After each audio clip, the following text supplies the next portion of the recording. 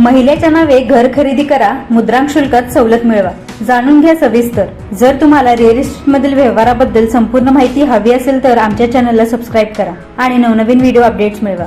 Subscribe करा आणि तुमच्या रिअल इस्टेट नॉलेजमध्ये भर घाला। मालमत्ता खरेदी किंवा कायदेशीर दस्तऐवजाच्या नोंदणीच्या वेळी मुद्रांक शुल्कात सवलत किंवा माफी मिळते। यामध्ये महिलांच्या नावावर घर खरेदी करताना 1% सूट, मृत्यू पत्राद्वारे मिळणाऱ्या मालमत्तेवर सूट आणि काही विशिष्ट सरकारी योजनेचा समावेश आहे। सदनिका खरेदीचा व्यवहार तथा दस्त नोंदणी महिलेच्या नावे होते त्यावेळी मुद्रांक शुल्कात 1% सवलत दिली जाते। खुली जागा, शेतजमीन किंवा व्यावसायिक गाळ्याची खरेदी महिलेच्या नावे जरी होत असेल तर त्यांना मुद्रांक शुल्कात कोणतीही सवलत मिळत नाही। मुद्रांक शुल्क सवलती, महिला सवलत, महिलेच्या नावावर घर खरेदी केल्यास मुद्रांक शुल्कात 1% सवलत दिली जाते। वारसा हक्क मृत्यूपत्र, मृत्यूपत्राद्वारे किंवा कायदेशीर वारसा हक्काने मालमत्ता हस्तांतरित होत असल्यास मुद्रांक शुल्कातून पूर्ण सूट मिळते।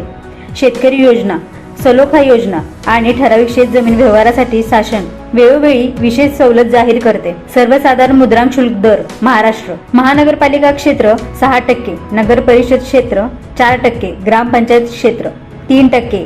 या दरावर आधारित महिलांसाठी लागू असलेल्या 1% सवलतीचा लाभ घेतला जाऊ शकतो।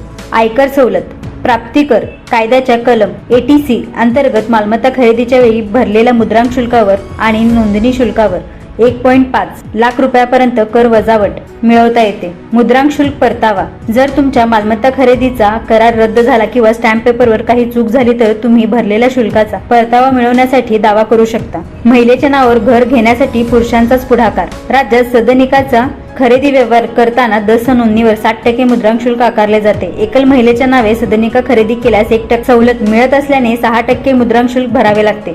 बहुतेक महिला आता गुंतवणूक म्हणूनच नव्हे तर आर्थिक सुरक्षेसाठी घरे विकत घेत आहेत। पुरुषावर अवलंबून असलेल्या महिलांना सुरक्षा मिळण्यासही मदत झाली आहे, कारण आता पुरुषही आपल्या कुटुंबातील महिलेच्या नावे घरे विकत घेत आहेत। अधिक माहितीसाठी सवलतीचे नियम आणि थेट नोंदणीसाठी नोंदणी व मुद्रांक विभाग महाराष्ट्र या अधिकृत वेबसाईटला भेट द्या।